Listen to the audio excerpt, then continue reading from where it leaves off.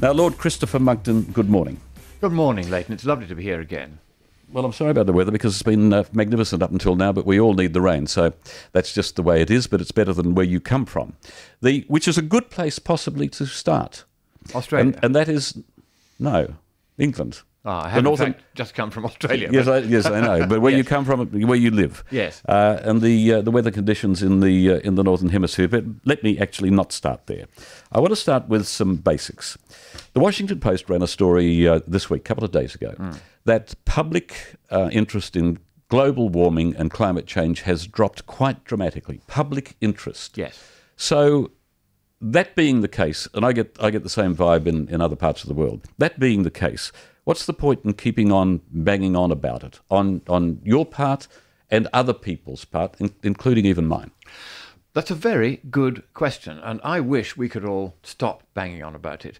Although the people have largely got the point now that this has been, to say the least, oversold as a problem, the governing class remains in the tank for it for two reasons. One, it's a terrific revenue earner and a way of giving them extra chances to regulate us and interfere and save us from ourselves at our expense.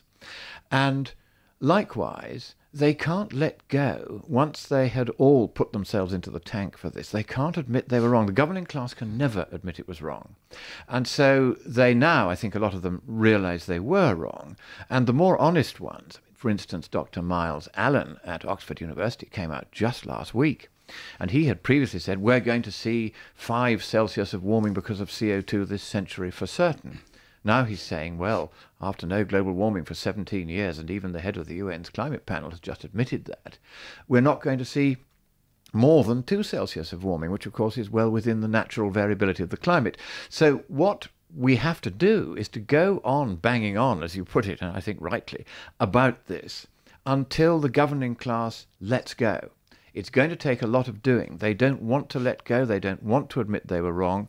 And slowly but surely, we've got to coax them down out of their tree. Indeed, the hard part now is to try to dig a rat hole for them, to let them scurry away, because at the moment they're acting like cornered rats. They have been caught out, having said that this was the thing they were surest about of anything. They now know it's wrong. We have to find a way of letting them out without losing too much face. Okay. So we all know that 97% of climate scientists in the world believe that man-made global warming is a real thing because we've been told it many times. Let me quote you from an article written by Warren Meyer. Likely you've heard the soundbite that 97% of climate scientists accept the global warming consensus, which is what gives global warming advocates the confidence to keep calling climate skeptics deniers, hoping to evoke a parallel with Holocaust deniers, a case where most of us would agree that a small group are denying a well-accepted reality. So why do these deniers stand athwart of the 97%? Is it just politics, oil money, perversity, ignorance? Truth. The short answer to that.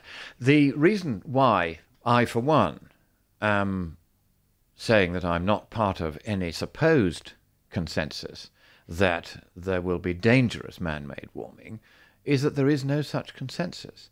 The 97% figure that you quote comes from 2 surveys, one of which was of only 79 scientists, 77 of whom said, and I would be with the majority on this, that there has been some global warming in the 20th century. Yes, there has. How much of it caused by us? The survey did not ask. And likewise, the other survey did not select its sample in any scientific way. And again, the only question it asked was about whether there had been any warmer weather at this end of the century than the back end of the last century. And again, the answer to that, of course, is yes, and I would be, and so would you would be, with the 97% on that. But this has been then very artfully distorted by the usual suspects to try to make it out that the 97% in those 2 surveys, neither of which, as I say, was a representative or properly selected sample, that the 97% had said something they weren't even asked, which is, will this be dangerous and is it caused by us? So that's where this 97% figure comes from. It is, therefore, as far as we're worrying about global warming is concerned, it's baseless. Tells us nothing. So they keep repeating the 97%. I get that. I get that all the time. I ask the Prime Minister whenever he comes in here. Yes. Either I ask him or somebody phones or emails and asks, "Do you still believe in man-made global warming and catastrophe, etc.? If so, why?" And the answer he gives is because the majority of scientists tell me so. Yeah, well, they don't, of course. This is no longer true. It never was true, to be fair. The majority of scientists will say what I'm going to say now, which is yes, there has been some warming around 0.7 Celsius, which is within natural variability over the 20th century. There's been none in the 21st century. In fact, according to the UN's climate panel, none for 17 years on any measure, none for 23 years on the satellite record. And the question is whether if you put CO2 into the atmosphere, you would expect to get some warming. Yes, you would. But not necessarily as much as they say, because the direct effect of putting CO2 into the atmosphere is not really going to be much more than 1 Celsius of warming per doubling of CO2 concentration, and that is the generally accepted figure, of which only half, or about 0.5 to 0.6 Celsius, would come through in the first 100 or 150 years, during which you're doubling the CO2 concentration, as we might over the next 150 years. And so 0.5, 0.6 Celsius in 150 years isn't going to get you very many grants. It's very much in line with the rate of warming we've seen over the last century and a half, about 0.4 Celsius per century on average.